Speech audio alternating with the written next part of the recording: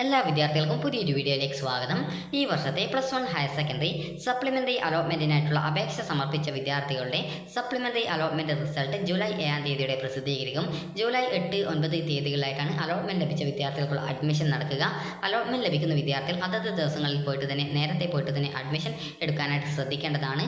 Allotment ലഭിച്ചിട്ടുണ്ടോ എന്നുള്ള check ചെയ്യാനായിട്ട് നിങ്ങൾക്ക് ആ ഒരു സമയത്ത് കാൻഡിഡേറ്റ് ലോഗിൻ SWS എന്ന ലിങ്ക് വഴി നിങ്ങൾക്ക് നിങ്ങളുടെ ആപ്ലിക്കേഷൻ നമ്പറും പാസ്വേഡും ജില്ലയും നൽകി ലോഗിൻ ചെയ്ത ശേഷം വിദ്യാർത്ഥികൾക്ക് പിന്നീട് വരുന്ന പേജിൽ നിങ്ങൾക്ക് അലോട്ട്മെൻറ്റ് ലഭിച്ചിട്ടുണ്ടെങ്കിൽ congratulations, you have got allotment എന്നും ഏത് സ്കൂളിൽ ഏത് കോഴ്സിലാണ് അലോട്ട്മെൻറ്റ് ലഭിച്ചത് എന്നുള്ള ഡീറ്റെയിൽസും രേഖപ്പെടുത്തിയിട്ടുണ്ടാവും. അലോട്ട്മെൻറ്റ് ലഭിച്ചിട്ടില്ലെങ്കിൽ sorry you have no allotment എന്നാണ് കാണാൻ സാധിക്കുക. അലോട്ട്മെൻറ്റ് ലഭിക്കുന്ന വിദ്യാർത്ഥികൾ അലോട്ട്മെൻറ്റ് ലഭിച്ച സ്കൂളിൽ പോയിട്ട് നിർബന്ധമായിട്ടും അഡ്മിഷൻ എടുക്കേണ്ടതാണ്.